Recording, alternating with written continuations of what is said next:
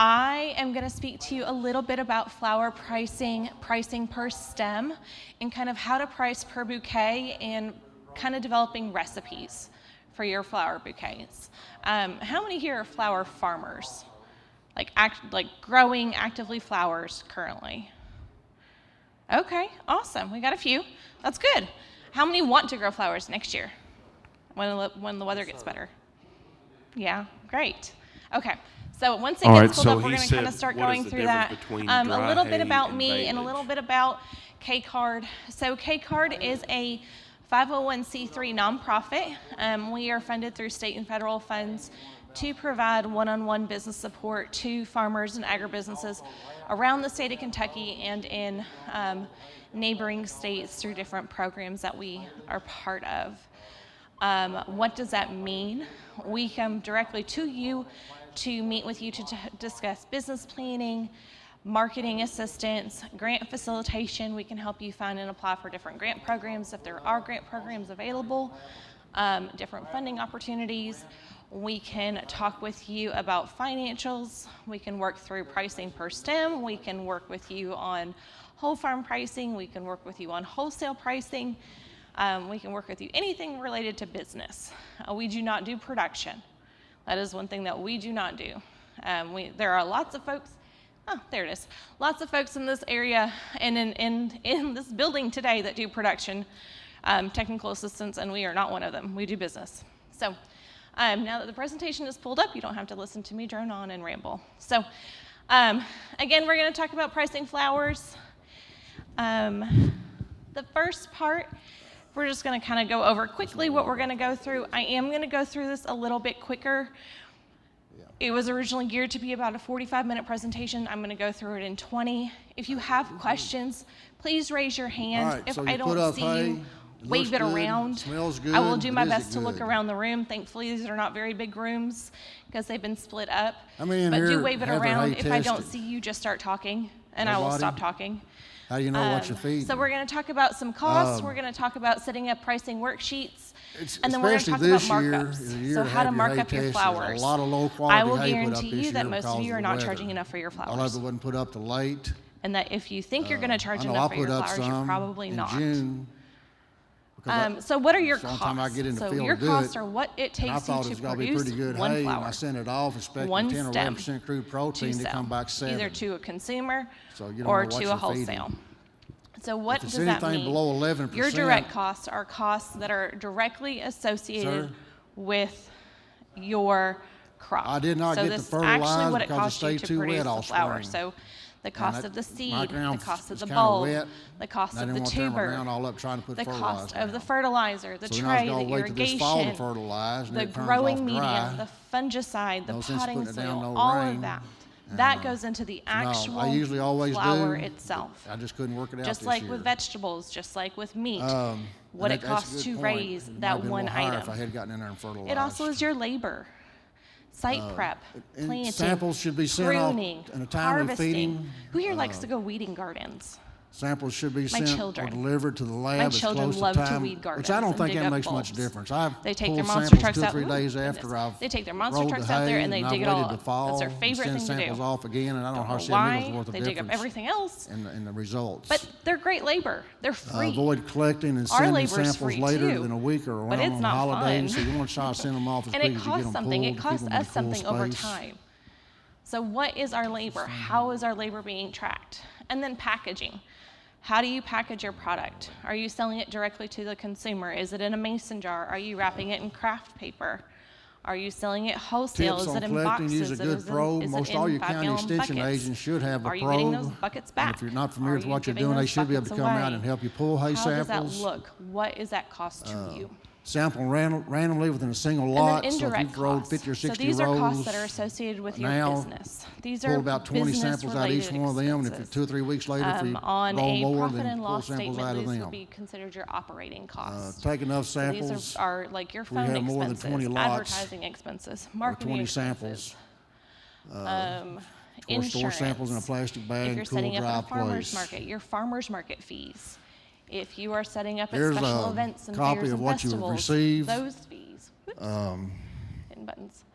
Well, What does it cost Main to make thing your you wanna table look at, presentable? All of these third one pumpkins down is crude on protein. the table today would be indirect And don't pay costs. attention to the numbers on the left. The The other thing you want to look at is tablecloths going to be on the would be right. indirect That's what everybody goes by. All of those things So this are is important 20.4% because crude while protein, they're which small probably must have been cost, alfalfa or and you something might like not think that. about them because if you're like me, you run to Hobby Lobby or you run to Michael's Another and you're like, oh, that's indication on you want sale, to it's look 50 at cents. is 50 cents here and TDN, there total over time digestible add up. nutrients. You want that It adds up preferably over time, somewhere and it around adds up to a 50 to lot. 60%. 60 is a lot So better. think about those as you're thinking about your business. When you, That's your so two main here things is you an probably want to look at on the hay example test, or two main of a things I budget, typically look at. and And everything's always done in a dry and matter this is a tunnel basis. version.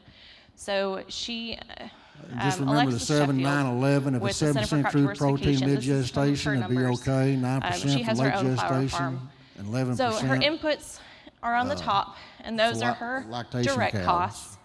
And then her labor, and she And estimates her labor at except $15 for an heifers hour. and growing cattle, you need to keep them in a level. The reason you you're put your going labor up. on You there don't back off is on their because feed. if You want to keep it you up around yourself are 11% not or able better. to do it, you have to pay somebody. Anything under that, you What need to would you pay supplement to them? bring it back up. And what do they have to do? Understanding So she would pay analysis, somebody $15 an 50% hour TDN for to do mid-gestation, that. 55% And that's about how TDN for long late it takes her gestation, for and 60% that TDN crop, for that the specific lactation. crop. There And then again, her exceptions for packaging heifers and and how much growing she steers and sells it bulls for. and cattle. So her total direct cost Can be difficult to for supplement. 1 tunnel of ranunculus is $400. UK has a It's good just chart. over $400. For if your hay comes in, like on mine, it come in like 7% crude protein. Now tulips are a When little I bit punch the different. numbers in on They're a it, little it come bit back cheaper. for Not me to much. feed 3 pounds per head. They don't have as of much corn labor gluten because there's Monday, not as Wednesday, much and going on Friday since it's not in a to tunnel. bring it's my out in crude beds. protein up to where I needed to be to keep my cows in good, But healthy there's shape. still quite a bit going on. Rules of thumb But on the tulips are not as NDF, hardy either. anything less than 40% is looking at good those quality. costs, Anything costs are higher than 50% is low $336. quality. And then 50 and So 60 and then her on indirect grass costs for her hay. business are about $2,000. Because if you look at her service Both fees, these so what it hay costs right for here, her these to use hay A and Square B are or, both good for credit mid-gestation card and payment, late pay per gestation. transaction with that, her website, Lactating crude protein, general supplies, that's not for enough. tools, It needs to be on up there about 10 and a half or subscriptions and 11. dues, maintenance You for could her get by with computer, A advertising, and maybe maintain body score condition. printing, so getting business cards, getting Body score flyers, condition, all you of see on those the one on the expenses left's add pretty up thin. into this The one as on the well. right is, like, body score So- conditions usually runs from number 1 to Any 10. questions so far? So you I'll probably got kinda about spin a through this 3 real or quick. 4 there on the left. The right's probably about an 8 or 9. So how do we and then determine the the one in the pricing middle is about a percent? 5 or With 6. all of these costs That's that about we've where you just want to figured maintain, out. especially So for if she's breeding just back growing and tulips and reproduction and ranunculus, she's looking at about $2,800 that. in business costs. So she would add up the total cost per crop divided by the number of Takeaway stems. points. Take advantage She of would the tank extended for grazing tulips, system by stockpiling. $336 divided by however many stems she got from Stockpiling, if that you can go in there from that bed, and put down and about, that's what she would get as her cost well, again, per I stem. think I passed that slide up. So but for the sake of math, when you buy because I don't urea, math urea and is it's only still early, 40%, 46% if nitrogen. she got So if you want to put down 100 pounds of 30 nitrogen nope. to stockpile, you need to put down about 200 pounds of urea to get 90 pounds of nitrogen. okay, so 28. And So everybody's she got ground's 28 different. stems, Select and store Or- feed systems to make most sense for your operation. 280 And stems. get your forages tested. I remember several years Well, ago, no, I don't know. Dr. If she's Arnold looking at at $1 UK a had all stem, kinds of cows coming we're only in at that $1 had a died with full bellies. That, When she got to and sampling, so they were all died from that's just- malnutrition this because is- people were this feeding is the low quality equation that you hay. need, whatever They your wasn't costs are. bringing the protein back up and the energy we can back work up in the through hay. these She had a bunch come in that one year. spreadsheets, Provide supplement only and when there's a link at the necessary end that we can and work manage through, body condition score in your together. herd. as well. So here's an example. And then we have a Kentucky So State if- University has a For hay tulips testing and lab. ranunculus, so looking at the ones that we just had, Right now, the samples So are she's free. had The only thing it's going to cost you quantity, some postage to have them she's sent got down there. 240 bulbs, 100 Pretty rapid analysis. They do a Ranunculus. good job. total field If you have any questions. questions, Jacob here might be able to answer them Expected for you stems later. per He kind crop, of oversees the lab 240 down there. tulips. $700 ranunculus. So her total And I want to thank direct Katie cost per Van stem Balen for tulips is letting me use some of her $1.40, presentation and then slides. 58 cents per ranunculus. So her indirect cost is 80 questions? cents. I'll That try is to answer never them going to best I can. change. That 80 cents is going to Yes, stay sir. the same regardless, because it's her walk back here. indirect costs are going to Forgot to put my stay hearing aids in this roughly the morning. same over time. They're not really going to change a whole lot. So you're looking at the total cost per stem for a tulip at I do. $2.20 and for a ranunculus at $1.39. Who thinks that's really expensive for a tulip? Okay, I got one. Who thinks that's really expensive for a ranunculus? $1.39. Mine seems No. to recover pretty good around here. A lot of that Okay. depends on your farm and your soil. You know, if you got a good deep topsoil base, most time they'll recover pretty quick if you got adequate moisture. Okay. All right. Do you fertilize your So hayfields $2.20 also? for a tulip, $1.39 for Yeah, that's probably ranunculus. one reason they may not recover. The way we quite as came up often. with that was we took the direct cost, $336, Yes, sir. 36 divided by 240 equals $1.40 plus 80 cents equals 220. And then the same thing for the ranunculus. They're not cold tolerant at all. We've got long blue stem ma'am. and switchgrass, 10 acres out here, that do pretty good in midsummer when the slump goes down in the fescue. I think it's some Indian grass in there too, I believe. Yeah. That's the only thing we have here on the farm, just Yeah. 10 acres of that. Yes, that's very right, Renella. Not too much. Most So of with it's, tulips, you only get clovers, one lagoons, bloom and, per stem. So you fescue get and one orchard stem per grass. crop, pretty much. With ranunculus, you get timothy. multiple blooms, multiple stems. And so you need to know that Anybody ahead of else? time. So you see with ranunculus, you get Well, I hope I didn't bore you 700 too bad. stems Like I per said, crop, and we're only I'm sowing not 100. a professional speaker. It's only So about you the get a second time lot I've ever more done this. bang for your So, buck, I guess would be a better way of saying that, than you do with Either get better or tulips. won't be asked to do it But no more. that's not always the case. There are other crops I that guess are that's it then. Nobody's got any more questions. Thank there y'all are for other coming. crops as well, and that you can consider that have more stems to them that are lower price, but they also aren't as high yielding. They're not as high value. And so when you look through your crops and you look through what flowers you want to plant, depending on your markets, depending on where you want to sell, and we're going to get into that here in a second, you want to think about what type and what varieties you want to grow, because that's going to be really important in your mix. It's going to be important on who you're targeting as your customers. It's going to be important on how you're going to price your product. And think about how you're selling, and we're going to get into that here in just a second. How you're selling your product and who you're selling your product to. Because if you're only selling directly to consumer, your prices can change.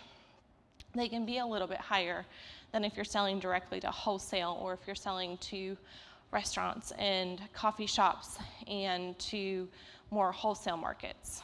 They can be very different. If you're selling to weddings and funeral homes, they can be enormously different. So there is various stages of markup within flowers. And the flower market is vastly different than produce and proteins. And that is one thing to really think about when you're getting into flowers, when you're thinking about adding flowers to your farm, is that flowers are vastly different than produce and proteins. Yes, they're a little bit easier to grow sometimes. I have a black thumb, so I can't say that personally for me, but they're beautiful, but it's a very challenging market. They're not a necessity. They're a luxury item. People treat them as a luxury item. So you need to treat them as a luxury item as well. So markup. How much markup should you charge? What do you think the markup is on weddings, on flowers? Rough percentage. Average.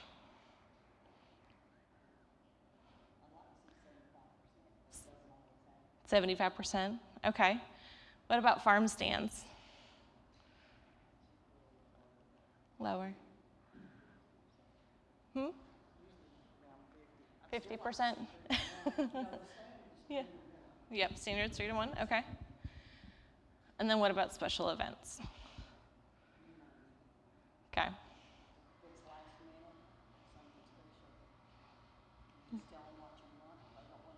Okay. So this is markups.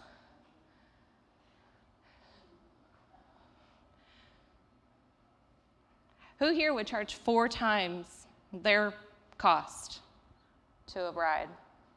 I have one. 4 times. You do earn every bit of it. What about special events? 3 times. 3 times as much. Do you think these pumpkins on the table today are 3 times as much as they cost to produce?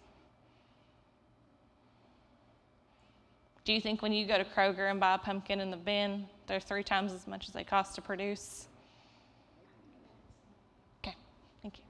So think about that when you start pricing your products. I will say most markets in Kentucky are not going to support this. This is industry average across the United States. But you are looking at 2 to 3 times, about 1.5 to 2 times, and about 2 times for Kentucky for these, respectively. Depending if you're selling into Louisville, you are looking at these numbers. If you're selling into Lexington, you are looking at these numbers. Cincinnati, you are looking at these numbers. Nashville, most definitely. So think about your markets, think about your target markets, think about where you're selling them. One way to control costs is recipes. Who here likes to cook? Okay, who likes to eat? I guess would be a better way of saying that. Okay, so when you cook, when you eat, you get a recipe, you get a menu, you get a plate full of food. Same thing. Make a recipe. This way you're controlling your costs. If you're like me, when you cook, you find a recipe here, you find a recipe there, you throw everything together. You're like, oh, I like that part of this, I like that part of that. I'm just going to mix them together. Hopefully it works and will turn out for the best. Never make the same recipe twice. It's great. It's also not so great. You can't do that when you have a business. When you make bouquet recipes, you have a set standard, so you know your cost. You know that recipe that you handed Mary Jo is $10, and the same recipe that you handed Carol is $10. You know that those are going to be the same. Even though the flours might differ a little bit, they're still of equal cost, and they're equal cost to you. Mary Jo might not like roses. Carol might love roses, but Mary Jo might like tulips. Tulips and roses might be of equal cost to you. So keep that in mind. So here's kind of a rundown of how to do a bouquet recipe. Same thing when you price out food. Same thing when you work through a recipe of ingredients. You're just adding cost onto there. And I will send this presentation to Joni, and she'll be able to share it out as well for everyone. So then you can put in your markup. So for this large hand-tied bouquet we're going to say for a wedding, it would cost this person $240. I'll move out of the way. So, and that's roughly, the total cost would be about $80, and the markup is about 3 times for a wedding. So, it's the end of my presentation. For the costing spreadsheet that we went through for indirect and direct cost, that top QR code, it does give the 2 examples for tulips and for ranunculus, but it allows you to go through and add in and do your own. If you have questions, contact K-Card. We are out there. Myself and Kara Stewart, our grant facilitator out there, will be there all day. I have to boogie and go to the next room over. So if you have questions, feel free to grab me.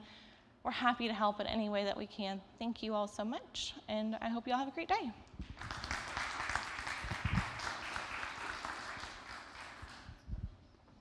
Thank you all for your patience this morning. We wanted to give Katie adequate time to speak, so we cut into the first break just a little bit, so we'll get started here again at 9:15.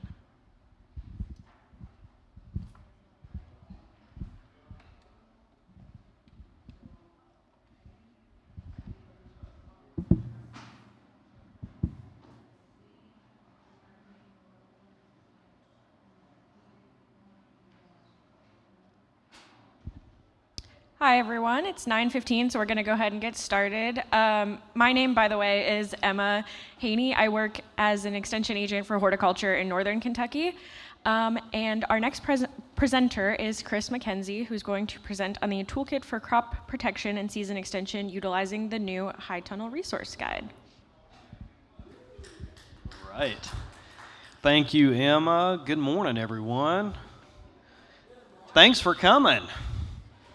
Yeah, we're going to talk about a new resource guide that's just come out through a partnership with University of Kentucky and the Kentucky Horticulture Council and the Kentucky Ag Development Fund. So they're getting my slideshow pulled up, so give us just a second here. Just a quick show of hands. How many of you all have high tunnels currently? Okay, great. How many of you all are thinking about getting a high tunnel? All right, good deal. Well, this will be a helpful resource for you all, I think.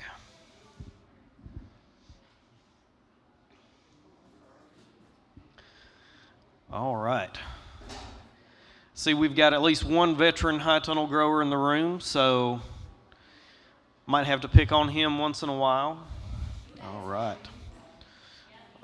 All right. All right.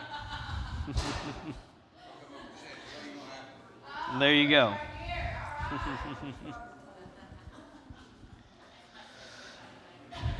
Okay. I like that dynamic. Throw each other under the bus. Yeah, absolutely. All right, well, we'll go ahead and dive in here. So my name's Chris McKenzie. I'm the Associate Director of Farm and Food System Collaboration at Grow Appalachia. Grow Appalachia is a program of Berea College. We work in the Appalachian Proud counties of eastern Kentucky, serving farmers out there, mostly with USDA and Kentucky Ag Development Fund dollars. So we're able to do technical assistance for farmers. We have some financial assistance for farmers. And we do get to places like Louisville and Lexington. So if you're not sure whether you qualify for any of those programs, come see us at the table out there. We've got a lot of information out there about our programs. And one of the areas that we focus on pretty heavily is high tunnels, because with high tunnels, you can produce really intensively in a small space, which is really important for the farmers that we work with, both in the mountainous areas of eastern Kentucky, but also in the urban areas of Lexington and Louisville, right? So we can take a small growing space, we can produce high-value crops, we can extend the season to sell those crops at times when we can get the most dollar value out of those, and we can also increase the quality and the quantity of the produce that we harvest out of these tunnels. So this project, this High Tunnel Toolkit that we're going to talk about today, this High Tunnel Resource Guide, is a collaboration between a lot of different organizations, and I just want to give them a shout out. We've got the Natural Resources Conservation Service of the USDA. Of course, they have their High Tunnel EQIP cost share program. So if you're interested in that, go to their table, or you can come talk to us as well. We worked with the Center for Crop Diversification out of University of Kentucky, which has a huge number of resources related to horticulture. The Kentucky Horticulture Council, which has been a fantastic partner, and the UK's fruit and vegetable crop specialist there on campus. So all of this work has been funded through the Kentucky Ag Development Fund, so we want to give them a shout out. So real quick, I want to make sure that everybody in the room here is on the same page about what is a high tunnel and what's not a high tunnel. So we've got a high tunnel here pictured at the top left corner there. It looks a lot like a greenhouse, and in some ways there's some overlap there, but really with the greenhouse, what we're looking at, the major differences in a high tunnel, you're going to grow in the ground. There's not a lot of active control systems, so there's usually not added heat, though you can add heat to a high tunnel. With a greenhouse, you're almost always going to have a heated system. You're going to have, these big ventilation fans. You're going to be growing usually up on a table or maybe in hanging baskets, so not necessarily growing in the ground. You might grow in a hydroponic system in those. So it's just a little bit more of a passive system when we're talking about a high tunnel. We've also got caterpillar tunnels, which are really a 3-season tunnel. They're not meant to stand up to snow load. And so you're going to kind of put those up and take those down rather than keeping, like a high tunnel, you're going to have up all year round. And of course, we've got low tunnels where we're just using the hoops. You can't necessarily walk in there and work in those. So you do have to kind of uncover your crops every time that you use the low tunnels. So, but today we're talking about high tunnels, and we created this guide really for new and prospective high tunnel producers, folks who are thinking about getting a high tunnel and working with one. However, I think the final product is going to be useful for even veteran high tunnel growers to really find the most relevant resources. If they find a pest concern or something like that, they can use the high tunnel toolkit to go find the resources they need to answer their questions. So, the resource guide itself is really designed to be used as a PDF. It's clickable, so all of the table of contents, all through the chapters, there are different links to resources all throughout. So instead of having to go hunt those resources, it kind of guides you through, and you're able to click, and it directs you to the resource, and then you can go back to the place that you held on the PDF. So if you can go to UK's website and download that PDF, that is by far the best way to use that. I do have at least one paper copy here. You see, this is a huge amount of information, but I tell you, only about that first chunk is the resource guide itself. Everything else are the backup resources that we consolidated that you can just use to do a little bit more digging.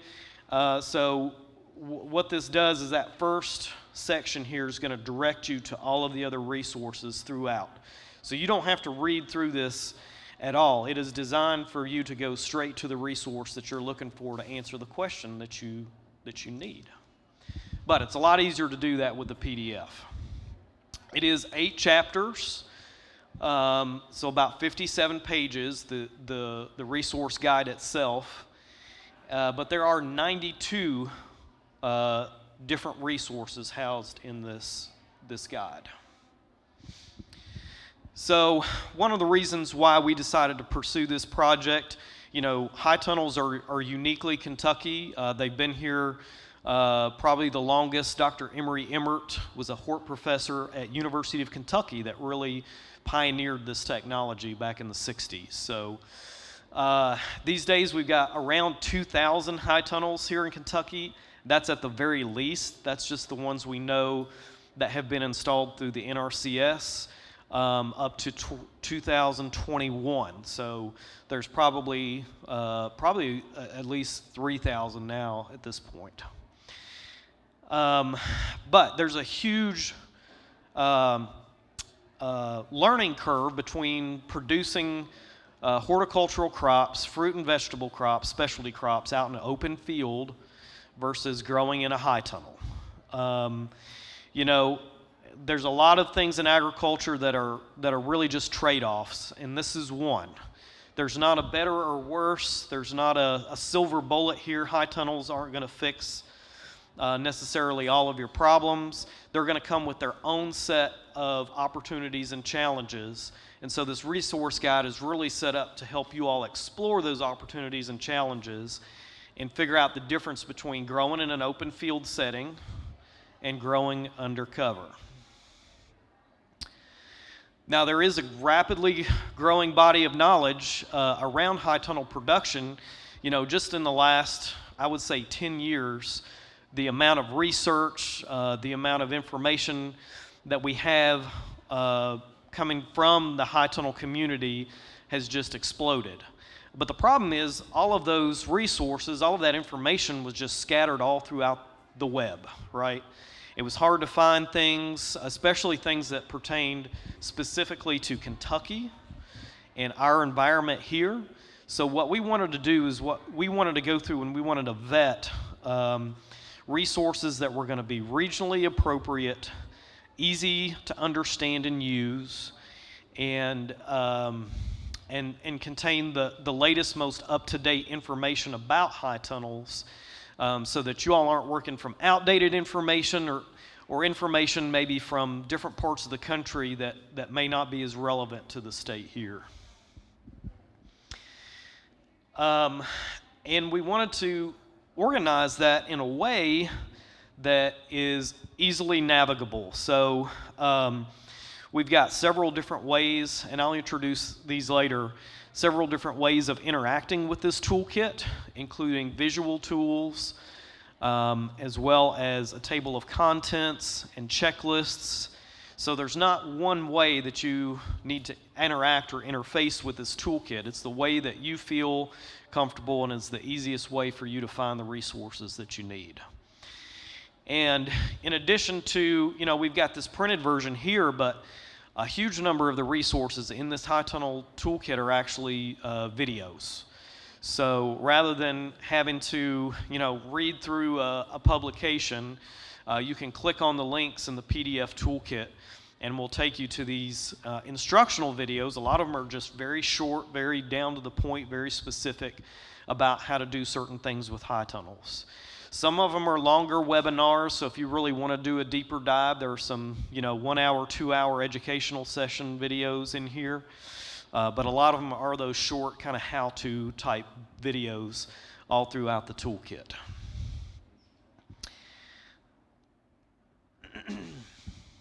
So when we were thinking about how to design this toolkit, that group I spoke about earlier, this took us 2 years to do. We developed the ideas, we gathered those resources, and we started to vet and organize those resources in terms of, you know, relevance and accuracy and things like that. So we put together a draft. We sent the chapters to reviewers. So we've got reviewers in, I believe, 4 different states at the university level, and also farmers. We had farmer reviewers, we had NRCS agent reviewers, all looking at this thing to make sure that it was going to be, it contained the most relevant information, and that it was usable. So we got that reviewer feedback, and we did a final author revision and formatting, and then 2 years later, we finally got this thing published in September of this year through the Center of Crop Diversification. So this resource lives on that website, but because you all are special, I did bring some flash drives for those of you, especially if you don't have access to fast internet or something like that. I wanted to have these on hand so that you could take, there's a PDF version of this on every flash drive here. So feel free to come take these. I don't know if there's quite enough for everybody, but again, this resource lives online, and that's where it's going to be most up to date. So we are going to continually update this resource. So if you do use the flash drives or the paper copy, just keep in mind that that may not be the latest version that you're working with, right?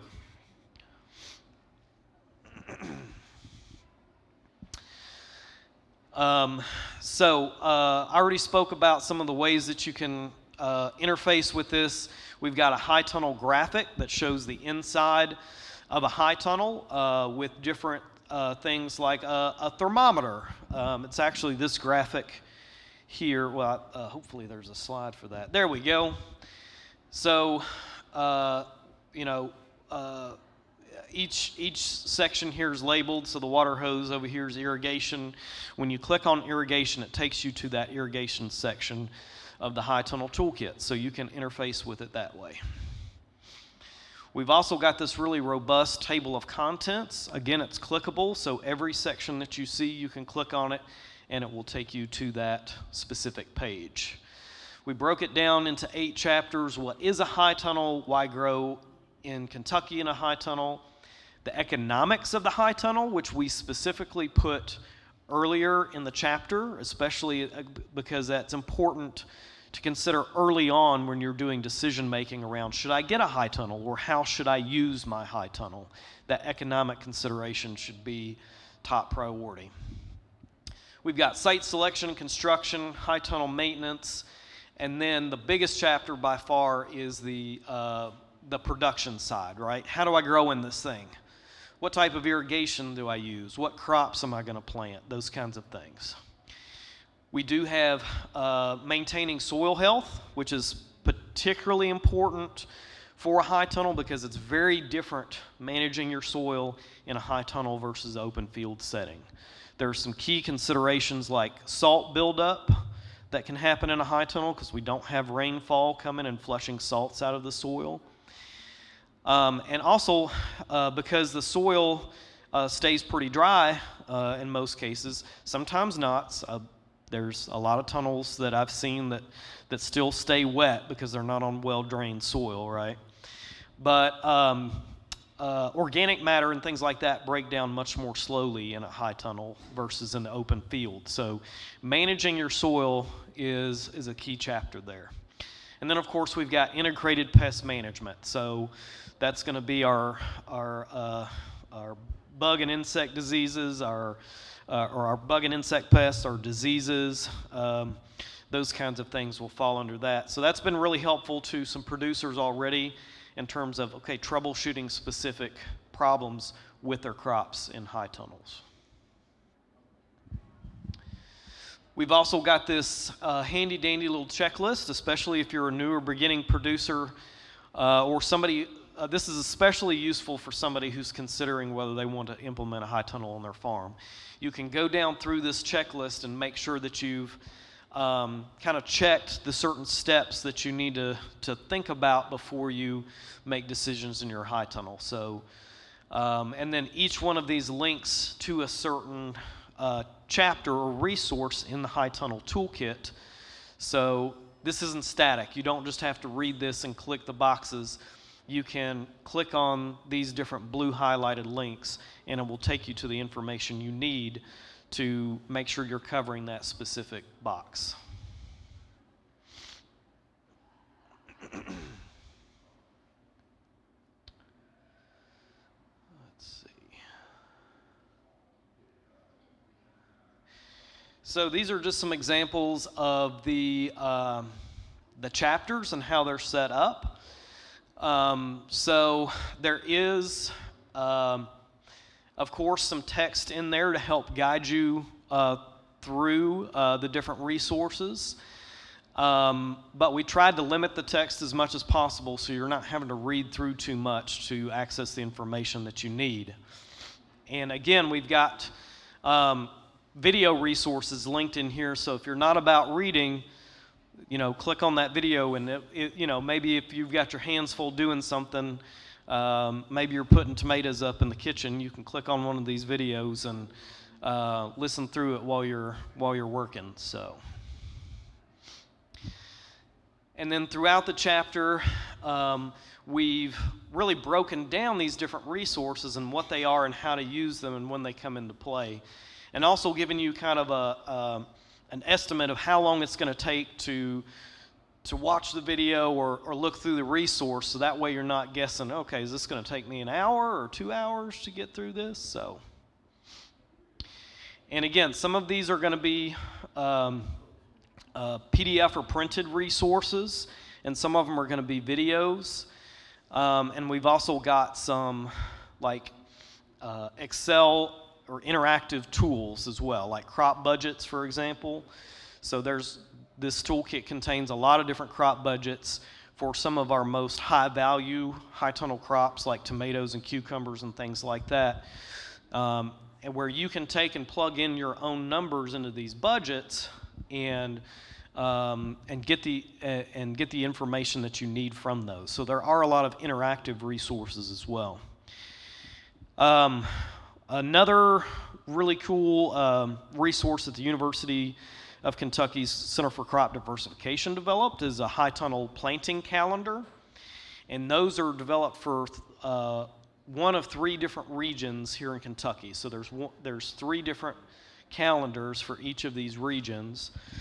And with that, you can see the different planting dates, the different harvest dates that you might have for certain crops in a high tunnel, because it's completely different than in open field production. So with that resource, I'd say, that's a good starting point. You can, if you're new to high tunnel production, you can take that resource and use it safely to time your crops in the high tunnel. However, I would say that because it's, because Center for Crop Diversification was trying to be conservative, you can take that date and start playing around with it, maybe pushing a little back or a little forward. So, in 2 or 3 years, you might be a full week, 2 weeks ahead of that calendar based on your specific farm, your specific environment. All of this information is going to be pretty heavily dependent on the individual factors in your farm. So I encourage you to take this information not as this is exactly how it's going to work on your farm, but as information, as a starting point to say, okay, I can start here and be safe, and then play around with things as I go and develop my own system, my own production system, my own marketing around my high tunnel. So, and some of these printed resources, I just wanted to give you an example of what we've got in there. This is a 3-page, just really concise resource from Center for Crop Diversification about season extension tools and techniques, right? So, some of these publications are a little bit longer, so you can really do your deep research, but a lot of them really are these short, very accessible publications that have been put out through University of Kentucky, University of Tennessee, Ohio State, a lot of those regional universities that are doing this work, so that it's relevant to what we do here in Kentucky. And we've got some of these great videos embedded here as well. All right, so I'm going to stop there and start to kind of think about how you all are using high tunnels and answer some questions. And I'd like to interact with you all as a group and really dig a little bit deeper into, I don't think we have too much time to get into high tunnel production itself, but I would like to talk about this resource, how to use it, and if there are any particular, big high tunnel concerns or opportunities that you all see. We can definitely tackle some of those relevant topics. So, whose wheels are turning in their head? Who's got questions? Yes, sir.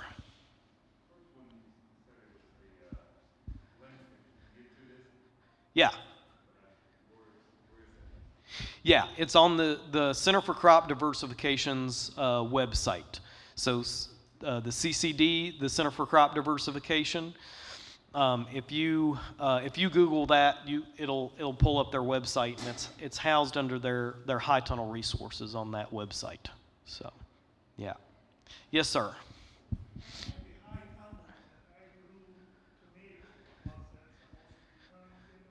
Sure.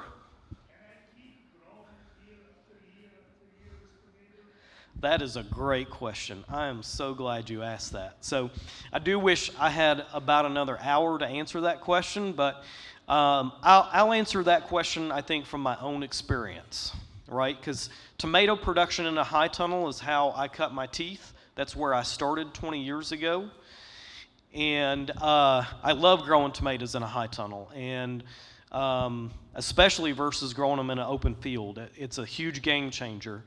But maybe not as much as I thought, especially from the beginning. At the beginning, you had this kind of honeymoon period where yes, for the first 2, 3, 4, maybe 5 years, you've got some, it's just above and beyond anything that you can do in the open field with tomatoes.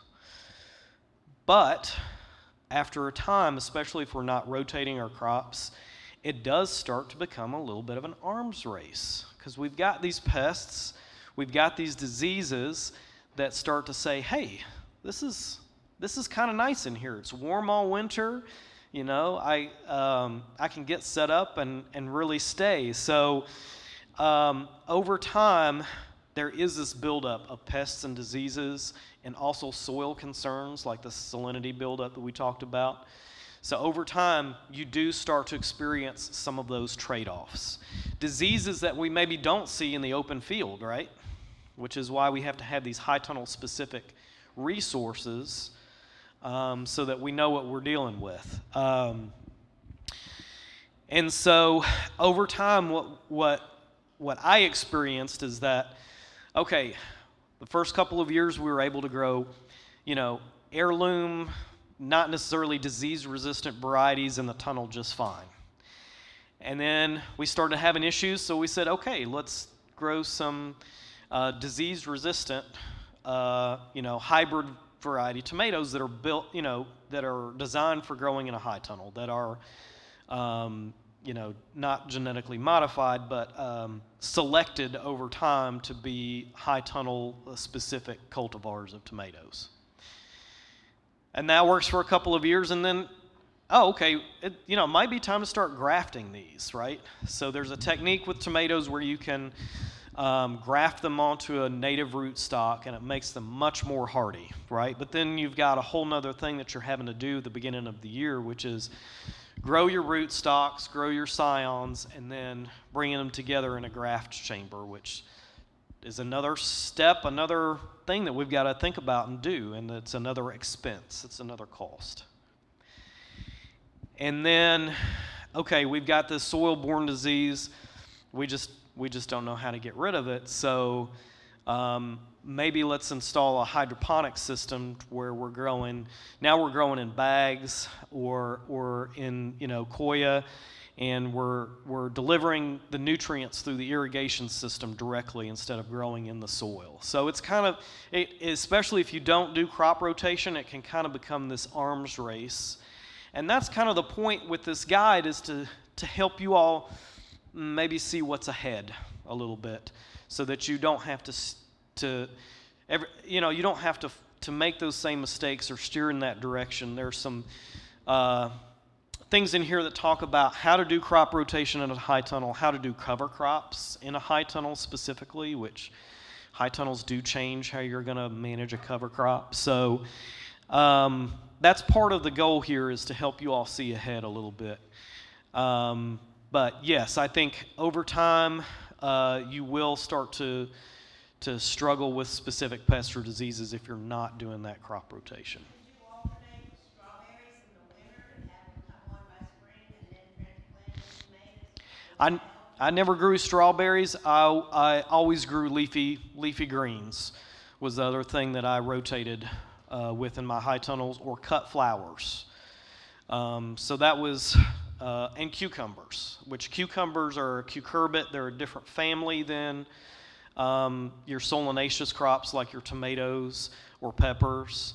And so those are some things that you can rotate with. I would say strawberries, yes, as well. University of Tennessee has done some examples with strawberries. Over the years, I haven't seen a huge benefit of growing strawberries in a tunnel versus the open field. Now, that wouldn't necessarily mean you wouldn't do it, because there may be a crop rotation benefit there, but in terms of, I think you can grow strawberries equally as well in the field as you can in a high tunnel in most cases. Yeah.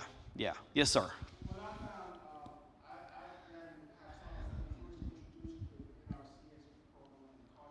Yes, sir. Yeah. Yeah. Yeah. Yes. Yes, sir. Yeah. Yeah.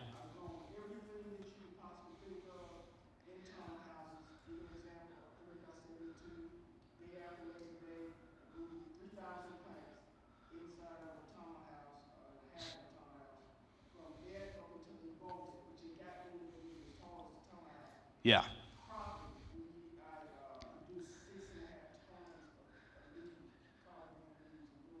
Yeah. Yeah. Wow. Amazing. So one thing I want to highlight about what you said, soil solarization, that is a technique for addressing either certain diseases or certain pests like nematodes that build up in high tunnel soils. It's where you lay a clear plastic covering over wet, worked up ground, and it gets really hot in there down to a certain depth. Okay, yeah.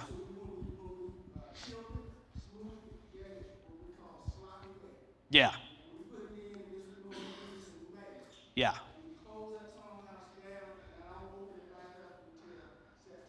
Great.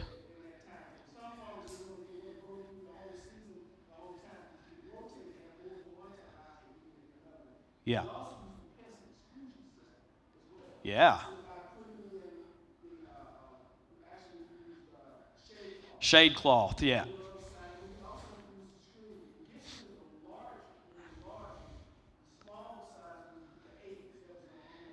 Right.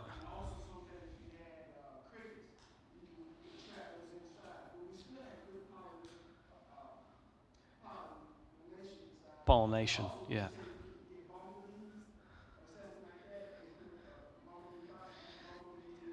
Yeah, bumblebees, orchard bees. Yeah, there are a number of pollinator hives that you can specifically buy to put in a high tunnel to help with that pollination. So you don't have to hand pollinate.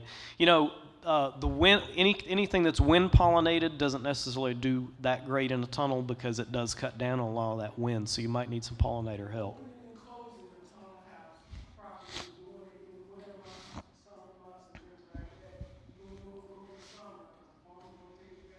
Yeah. Absolutely.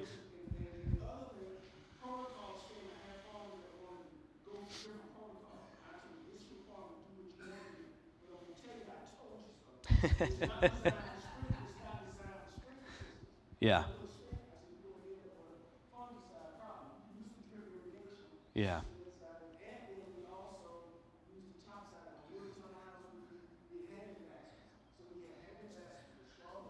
Yeah. Yeah. Yeah. Okay, so here's my final point. The final thing I want you all to take away from this. There are great sources of information about high tunnels out there. Make sure you go to those before you consider or if you're having issues. First step, go to farmers like this gentleman, like these folks over here that are already doing it, that have that experience. That's your first line of defense. Next, go to your county extension agents or folks like Grow Appalachia. I'm training hopefully all of the extension agents on how to use this high tunnel toolkit and how to work with you on this high tunnel toolkit. So we've already had 2 agent trainings, and we're also training NRCS agents as well. So there you go. You've got 2 different organizations now that you can go to that are local to you. But if you're in an Appalachian proud county, you can come to Grow Appalachia, and if you're going to produce, even if you're going to sell $500, we do have to work with commercial farms, but even if you're going to sell $500 worth of vegetables, we can come out to your farm. We can do a customized production plan with you. We can troubleshoot some of these things. We've got some equipment we can help you trial. Like, for example, if you want to try out shade cloth to try to cut the temperatures down in the summer a little bit, we could help you purchase some shade cloth and try it out. And we even have a team that could come out and help install that shade cloth, install drip irrigation, for example, because sometimes these systems and these high tunnels do require more kind of advanced systems like that drip irrigation. But we do have a team that could come out and install those with you so you can see how it's done. And by the time they leave, you will have done it yourself and you'll know how to do it from then on. So thank you. If you have more questions, come find me. I'll be out at Grow Appalachia's table. And thank you to our farmers who pitched in here. Really appreciate you being willing to share your wisdom and knowledge. Have a wonderful day.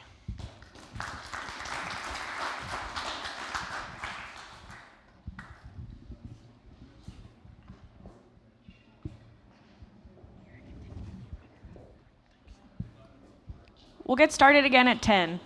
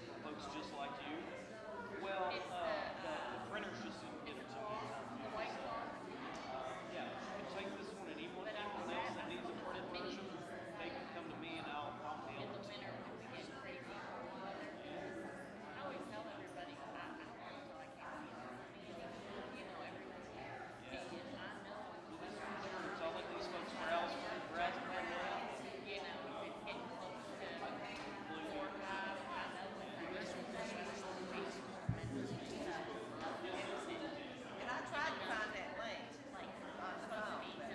I don't think I signed it. What I wish I'd done is put a QR code. Okay. Is there one available that you can send me? Or show? You can just, if you,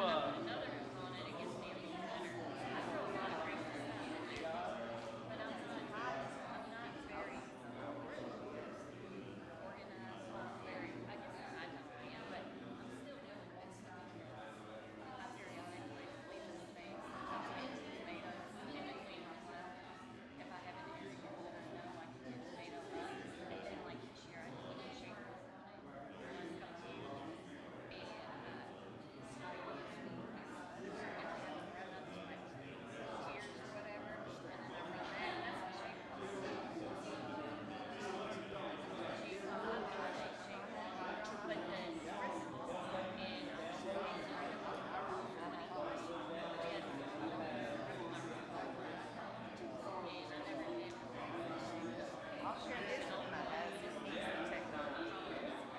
I'll actually send it. Okay, and I've got, might have to look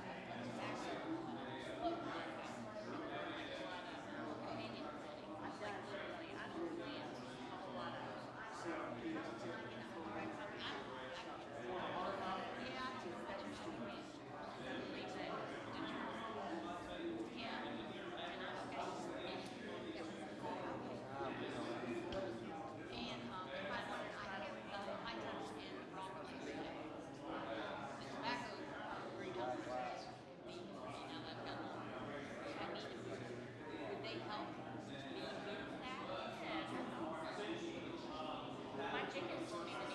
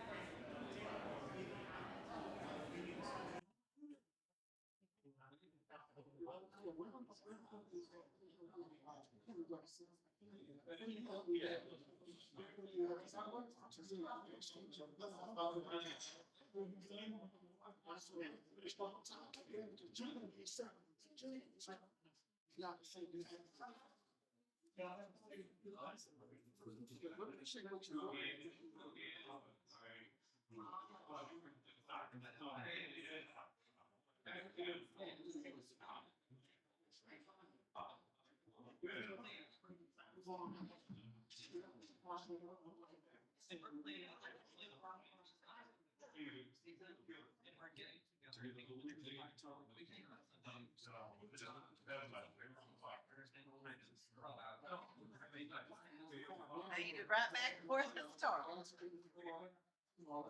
Everything changed and I can't. Yeah.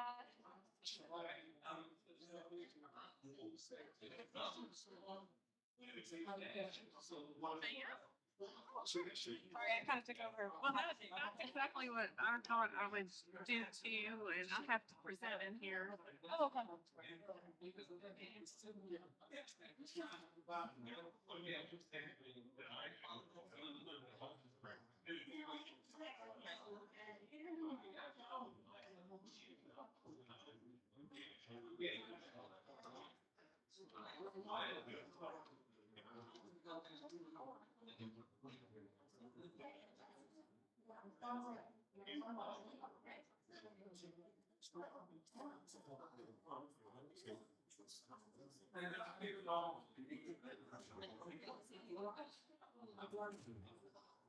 There is this microphone here too, if you don't want to stand.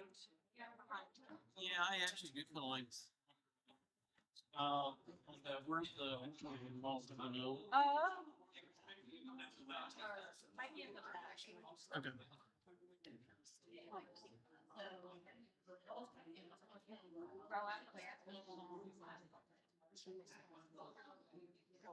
So that's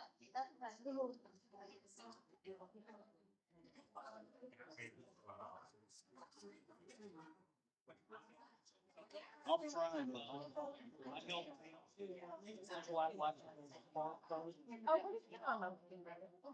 It's on the table there. Okay, the front table right here. Yeah, that front table. Okay, thank you.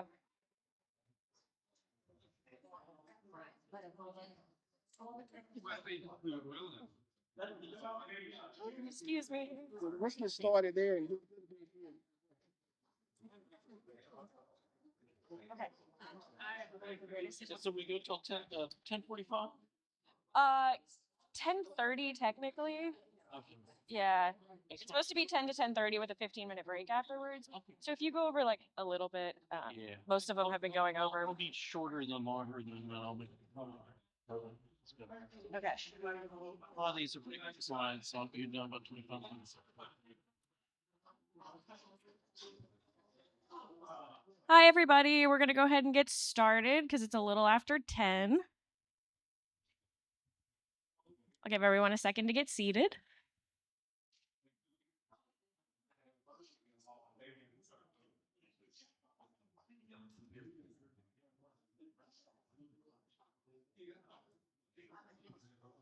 Okay, for those of you who weren't here earlier, my name is Emma Haney. I'm a horticulture extension agent in Northern Kentucky. And our next presenter is Dr. Kirk Pomper, who is a professor of horticulture here at Kentucky State University. And he's going to be presenting on new pawpaw varieties for Kentucky production. Great. Good morning, everybody. How are you doing? So how many of you have tried a pawpaw? Do you know what a okay, that's good. And then I should ask, how many do you have pawpaws planted? Okay, very good. Well, there's a few of you out there who have tried a pawpaw. Hopefully you've liked it and you'd maybe like to plant some. So this will be your talk basically too, and whoever else is interested in pawpaw.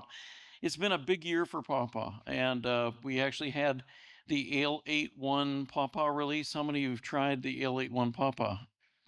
Quite a few of you. Yeah, it was actually made in conjunction with us, and they actually developed the flavor based on one of our pawpaw varieties out here. So it was a real thrill to have an opportunity to work with L81, and I think it really did taste like pawpaw, and that was a really good thing. So, and we also had our international pawpaw conference here in September with over 200 people, and so yeah, it's been a big year for pawpaw, and we released 2 new varieties, which I'll talk about today. So, if you're not familiar with pawpaw, this is what it is, right? It's basically a Simona triloba for the scientific name, but it's in the same family as cherimoya and soursop, and so it's kind of it's in that tropical family, but it's the only temperate member. It needs some chilling to be able to produce flowers and leaves. And so it's a fairly moderate growing tree. It's not a huge tree. I'll show you some pictures in a minute. And a lot of times people call it the Kentucky banana, and you can kind of see that, right? It's kind of like a banana cluster. If you're in Indiana, it's the Hoosier banana, you know, and so on. But it's does have these clusters of fruit. It's actually not a good trait. We actually like to have single fruit that we can just pick and maybe clip at the peduncle, and that way we have don't have a scar at the end, and it keeps longer. But a lot of times you're going to see them in these clusters.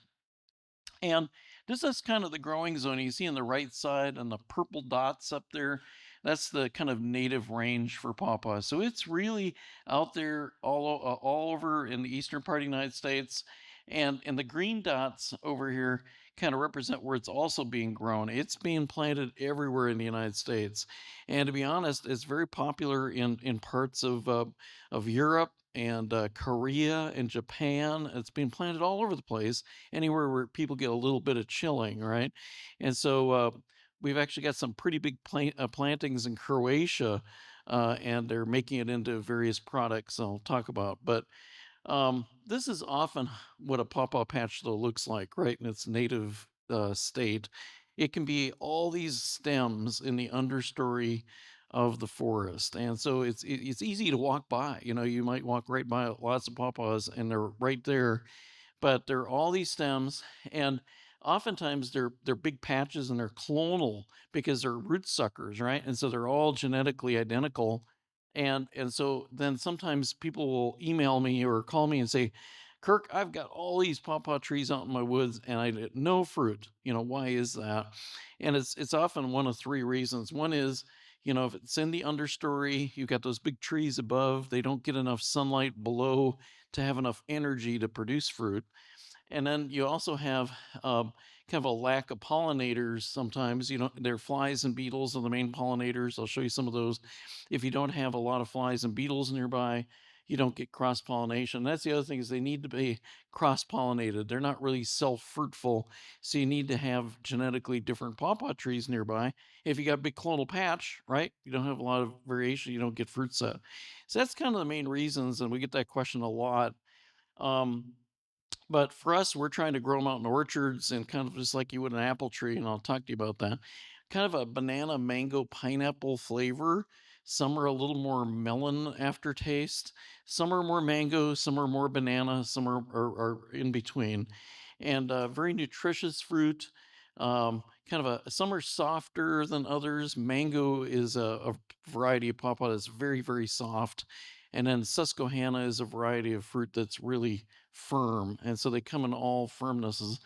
Very popular as a landscape tree. You can see it has nice fall color. That yellow color has that pyramidal shape.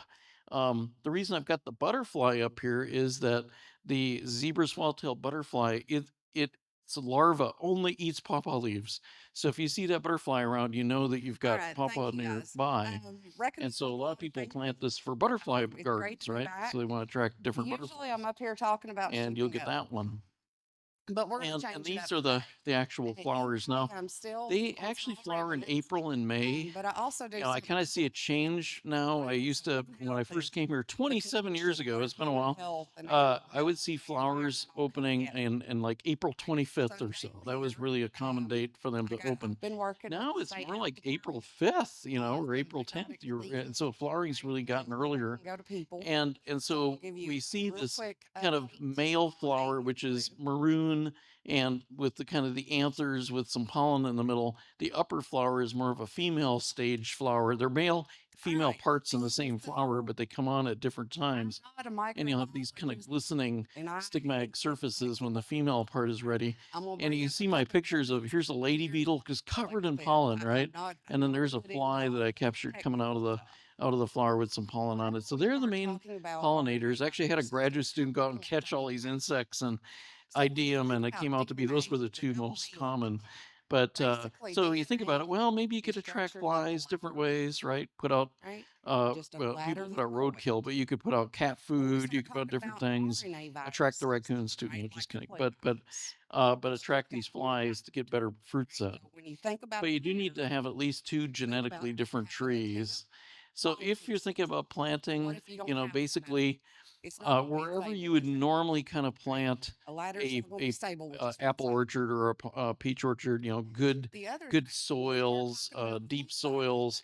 You know, I kind of kid about that. You should have like 3 feet of soil. Well, here in Franklin County, a lot of us don't have that kind of soil. right? We've got one gene big mutates limestone and drops floaters, but you know, that's okay. If you can right? get them in there, they will kind of Virus didn't like put a that. root down It's only through got those 8 genes on it, so one limestone of them rocks, changes and they'll still be depending on okay. the beast. But the Right? 'Cause deeper that the one soil, the gene more of a is like reservoir of 20 water and nutrients are there. It should be kind of acidic. All right. And So so everybody's in talking the about them bluegrass, that's pretty good. H5 We've got around 7 for pH here, so they do pretty birthday, well. H5 And you also it's have got to a whole lot of control weeds. You can see this is a What's the planting big out in deal? the other part of the Right? farm. Very We much kind so of what we kind we of sprayed glyphosate Roundup out there to control one weeds, gene but you can do it mutates, at it can make a home in huge different difference. ways, and I'll show you. You can use mulches if you want to grow organically. You can grow Right? organically Is too. pathogenesis, But you right? do need to Okay, control so the weeds around the also trees because even change. grass will take Right? up an enormous So amount of one energy was in from the tree, and it's kind of shocking how much that'll reduce the growth of the tree. So this virus, And in fact, there's been here's like in my shift backyard, you can see the wood chip mulch around the tree. right? That works really, Saying really in well. You can use these landscape boxes, fabric chicken too, box, but it's got to be big pretty big concrete pieces of floors, landscape fabric. it's that aggressive. Oftentimes we're putting them 8 the feet biggest apart problem in rows and then maybe something 18 called the to species 20 feet barrier. apart of the Y'all, with, I'm glad. in the I'm alleyways gonna tell you the truth. because we People want to be able gross to me drive out. a vehicle There's through no there, way right, to to be a harvest. human nurse. And Like, so, I don't. but we do want New the people. trees fairly close together because flies Things that I've and always beetles are loved not the is they're kind of lethargic the pollinators, right? So they're disease not going to go that too animals far. get, I can't So we want to catch. have them fairly I can't close get part of together. it. But you can Right? plant them at about almost I look 300 at chicken trees per fever. acre at that Right? spacing. And so you can get a lot of trees in 1 Worry acre. about catching And stuff in my you do want to pants, do right? probably A dog food spring store, planting, about although fall planting will work. Now we're getting a little late, right? so I'd probably wait till spring now, but What's happened with you this can is plant in the previous spring or the fall if we're a right? couple of weeks earlier, Like I and said, they'll do pretty well. get chicken viruses. They will People- get kind of into at this hedges point, in the you end, but go that's not a slow bad for thing. They tackling they give a little shading right? So to that's the the big deal. neighboring tree, and that's not a bad thing. So there is, you know, this kind of So, training what versus animals pruning get it? thing. So I wanted to kind of tell you So far what the that we difference know of, is. And so training is when reason we you've get got that a young tree this and is you're trying to get roasted it to grow into the best form possible for later, Yours. right? And so if you look at this tree kind of in this corner down and here, a few other it's got some really nice broad angled branching. Those are really strong branches. Those will withstand wind, even if there's a lot of fruit on the tree in those. But something like this, where you've got for this, this is minimally pruned, you can see that there's just branches kind of really sharp angles. Those are really fragile, and if you Let get a your lot of bees, fruit you're on done. those branches, But any and you get a windstorm, and pawpaws are really prone to this. They'll have this beautiful couple of clusters on the branch, and all of a sudden the wind breaks it down.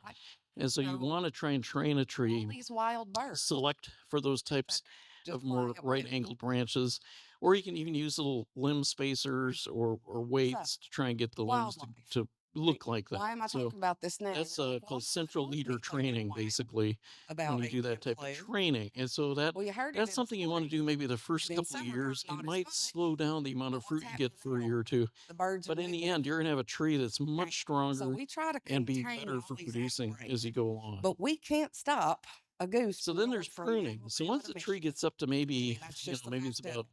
5, And if that 10 bird years is old at sick, least, anything you that want to flies start over, kind of pruning it back a little bit it's each put at year risk to reinvigorate it, because right? of And the you want to get rid of some of the virus.